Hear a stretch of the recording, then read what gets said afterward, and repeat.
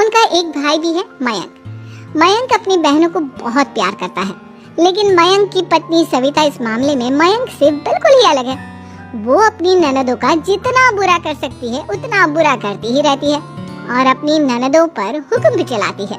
करिश्मा, करिश्मा, तुमने अभी तक नाश्ता नहीं बनाया? तुम्हारे भैया को ऑफिस जाने में देर हो रही है। हाँ भाभी, बस अभी बनाती हूँ। करिश्मा, तुम ये ढीलापन छोड़ दो। कल को पराये घर जाना है। वहाँ अगर तुम इस तरह से काम करोगी तो लोग क्या कहेंगे कि माँ ने और भाभी ने कुछ सिखाया नहीं। और तुम्हारी दोनों बहनें कहाँ हैं? रेशमा मार्केट गई है और मनीषा सो रही है। क्या? सुबह के 8 बज रहे हैं और ये महारानी अभी भी सो रही है? ये कहते हुए सविता अपनी सास दुर्गा देवी के पास जाती है। माँ जी, देख रही हो अपनी बेटियों के तौर तरीके? क्या हुआ बहू, सुबह सुबह क्या कर दिया मेरी बेटियों ने? अरे एक तो अभी अभी उठकर किचन में गई है, दूसरी सुबह सुबह बाहर चली गई और तीसरी अभी तक सो रही है। क्या करूं मैं इन तीनों का, मैं तो परेशान हो गई हूँ। जा जाकर उठा उसे और रेशमा से मैं बात करती हूँ।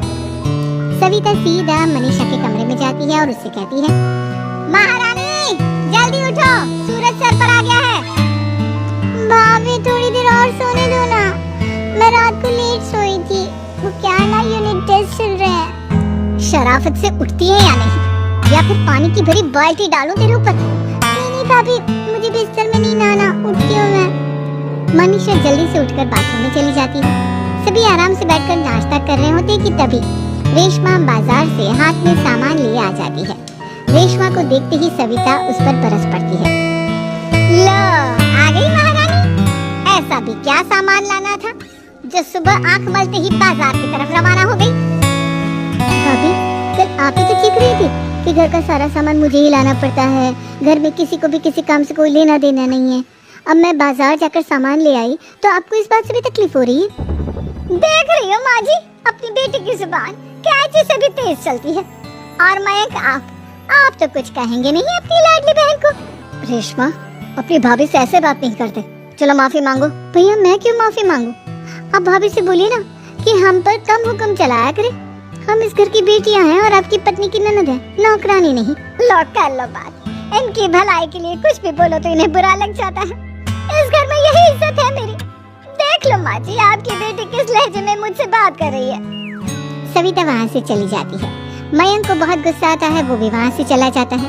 फिर करिश्मा रेशमा को समझाती है, रेशमा, तुम्हें भाभी से माफी मांग लेनी चाहिए थी ना। लेकिन दीदी, मैंने कुछ किया ही नहीं, तो मैं माफी क्यों मांगू? हाँ करिश्मा दीदी, रेशमा दीदी जैसे ही घर में आई भाभी ही उन पर चिल्ला रही थी। हाँ, मैं मानती हूँ कि गलती भाभी की थी। मैं तो इसलिए बोल रही हूँ कि भाभी ने माँ को तो पूरी तरह अपने वश में कर लिया है। वो हमारी बात सुनती ही नहीं। मयंक भैया हमारे लिए हमेशा खड़े रहते हैं, इसलिए उनकी बात का मान तो तुम्हें रखना चाहिए था ना। कोई फायदा नहीं दीदी, कुछ दिनों की बात और है, भाभी उन्हें भी हमारे खिलाफ भड़का देंगी। फिर वो भी माँ की तरह हमारी किसी बात का विश्वास नहीं करेंगे। इसी तरह सविता अपनी तीनों ननदों को किसी न किसी बात पर परेशान करती रहती थी। एक दिन मयंक अपनी तीनों बहनों के लिए गिफ्ट लाया। क्या रेशमा, ये तुम्हारे लिए हार का सेट। रेशमा, तुम्हारे लिए सुंदर सी ड्रेस। और मनीषा, तुम्हें किताबें पसंद है ना, तुम्हारे लिए किताबें लाया हूँ। थैंक यू भैया, थैंक यू भैया, थैंक यू भैया। करिश्मा, तुम्हारा नेकलेस कितना सुंदर है, ये भैया कहाँ से ले आए होंगे? मैंने भैया को 3 दिन पहले फोन पर ये डिजाइन दिखाया था और आज भैया ये ले आए। सविता तो अपनी ननदों के गिफ्ट्स देखकर जल गई और करिश्मा का नेकलेस तो उसे भी बहुत पसंद आया था। अपनी बहनों के लिए कितना अच्छा नेकलेस लेकर आए हैं, मुझे कभी कोई गिफ्ट नहीं दिया। मैं आज ही ये हार चुरा लूंगी। रात में सविता करिश्मा का हार चुरा लेती है और इसी तरह उसे अपनी ननदों की जो भी चीज अच्छी लगती वो उसे मांगती नहीं, बल्कि रात के अंधेरे में चुरा लेती। इसी तरह दिन बीतते गए और सविता ने मयंक के दिल में भी उसकी बहनों के लिए नफरत पैदा कर दी। एक दिन मयंक ने करिश्मा और रेशमा के लिए रिश्ता देखा और ये बात उसने घर में सबको बताई। माँ, करिश्मा और रेशमा के लिए बहुत अच्छा रिश्ता आया है, वो लोग कल इन्हें देखने आ रहे हैं। आप और सविता मिलकर सारी तैयारी कर लेना। ये सुनकर करिश्मा और रेशमा खुश हो जाती हैं, लेकिन सविता सोचती है, अगर इन दोनों बहनों की शादी हो गई तो घर और बाहर का काम कौन करेगा? मनीषा तो एक नंबर की कामचोर है, उससे तो किसी बात की उम्मीद लगाना ही बेकार है। मुझे इस शादी को रोकना होगा। अगले दिन सभी लड़के वालों के स्वागत की तैयारी करने में लगे होते हैं। तभी मयंक अपनी बहनों से आकर कहता है, तैयार हो गई तुम दोनों? देखो दोनों लड़के बहुत अच्छे हैं, मैं कोई कसर नहीं छोड़ना चाहता, इसलिए तुम उनके सामने अच्छे से बिहेव करना और अपनी भाभी से लड़ने मत लग जाना। करिश्मा, तुम वो नेकलेस पहन लो ना जो मैं तुम्हारे लिए लाया था। भैया मैं बहुत देर से वो नेकलेस ढूंढ रही हूँ, लेकिन मुझे मिल ही नहीं रहा। क्या तुमने नेकलेस खो दिया? तुम्हें पता भी है वो कितना महंगा था? तुम कोई काम ढंग से नहीं कर सकती। मयंक गुस्से में वहाँ से चला जाता है। थोड़ी देर बाद लड़के वाले भी आ जाते हैं। वो दोनों बहनों को पसंद कर लेते हैं और रिश्ता पक्का हो जाता है। लेकिन सविता के दिमाग में तो कुछ और ही खिचड़ी पक रही थी। वो पंडित जी के पास करिश्मा की कुंडली लेकर जाती है और उन्हें पैसे देकर करिश्मा की कुंडली बदलवा देती है। जब लड़के वालों के पास करिश्मा की कुंडली जाती है तो वो दुर्गा को फोन करते हैं। बहन जी, हमने करिश्मा की कुंडली अपने पंडित जी को दिखाई थी। आपकी बेटी की कुंडली नहीं बल्कि दोषों का पिटारा है। देखिए, मैं और मेरे पति इन सब बातों में बहुत विश्वास करते हैं, इसलिए हम आपकी बेटी से अपने बेटे की शादी नहीं करा सकते। इस तरह करिश्मा का रिश्ता टूट जाता है और सभी घर वालों को बहुत दुख होता है।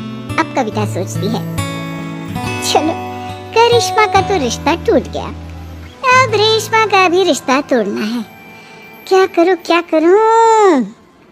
अब सविता आवाज बदलकर किसी अननोन नंबर से रेशमा के होने वाले ससुराल में फोन करती है। हेलो, मैं कौन हूँ कौन नहीं ये आपके लिए जानना जरूरी नहीं, बस इतना सुन लो कि रेशमा का 2 साल से किसी के साथ अफेयर चल रहा है। बस रेशमा का रिश्ता तोड़वाने के लिए सविता का इतना कहना काफी था। अब रेशमा का भी रिश्ता टूट गया। मयंक और दुर्गा देवी ने रेशमा को खूब खरी खोटी सुनाई और उससे बार बार उस लड़के के बारे में पूछने लगे। आप दोनों मुझे क्यों परेशान कर रहे हो? अरे कोई लड़का होगा मेरी लाइफ में तो मैं बताऊंगी ना, जब कोई है ही नहीं तो कहाँ से लाऊं मैं कोई लड़का? तेरे होने वाले ससुराल वालों को फोन किसने किया था? माँ मैं नहीं जानती किसने फोन किया था, मैं सच कह रही हूँ। मैं तो पहले ही कह रही थी इसकी लगाम खींच कर रखो, लेकिन मेरी सुनता ही कौन है? आप चुप रहिए भाभी, ये सब आपका ही किया धरा है। अब तीनों बहनों को विश्वास हो जाता है कि ये सब उनकी भाभी ही कर रही है। तीनों बहनें अपनी भाभी को सबक सिखाने के लिए एक वकील कर लेती है और घर में हिस्सा मांगने। देखो भैया, माँ बाप की जायदाद में जितना बेटों का हक होता है उतना ही बेटियों का, इसलिए इस घर के 4 हिस्से होंगे और हमें अपना हिस्सा चाहिए। मैंने तुम्हारे लिए क्या क्या नहीं किया और तुम इस घर में हिस्सा मांग रही हो? भैया, आप और माँ हम बहनों की कोई बात नहीं सुनते हो और भाभी हमारी शादी नहीं होने देगी क्योंकि उन्हें लगता है कि आप हमारी शादी में ज्यादा पैसा लगाओगे और उन्हें हम जैसी फ्री की नौकरानी कहाँ मिलेगी। तो हम भाभी के साथ तो रह नहीं सकते, हम बहनों को अपना हिस्सा चाहिए। अरे तुम्हें शर्म आनी चाहिए अपनी भाभी पर ऐसा इल्जाम लगाते हुए, वो तुम्हारे बारे में कितना सोचती है। हाँ माँ, भाभी हमारे बारे में बहुत सोचती है, दिन रात बस यही सोचती रहती है कि किस तरह से अपनी तीनों ननदों को परेशान करूं और कभी मुझे पढ़ने भी नहीं देती। दोनों बहनों का रिश्ता भी तो इन्होंने ही तोड़वाया है और रात में हमारे कमरे में आकर हमारी चीजें भी चुराती हैं। इसी तरह सविता की तीनों ननदें अपनी बात पर अड़ी रही। अब कोर्ट में तारीख भी शुरू हो गई। जब सविता को लगा कि उसकी तीनों ननद इतनी आसानी से नहीं मानने वाली, तो उसने अपने पति और सास को सारी सच्चाई बता दी और अपनी तीनों ननद से माफी मांगी। मयंक और दुर्गा को भी अपनी गलती का एहसास हो गया। अब सविता खुद करिश्मा और रेशमा के लिए अच्छा रिश्ता ढूंढती है और उनकी शादी करवाती है।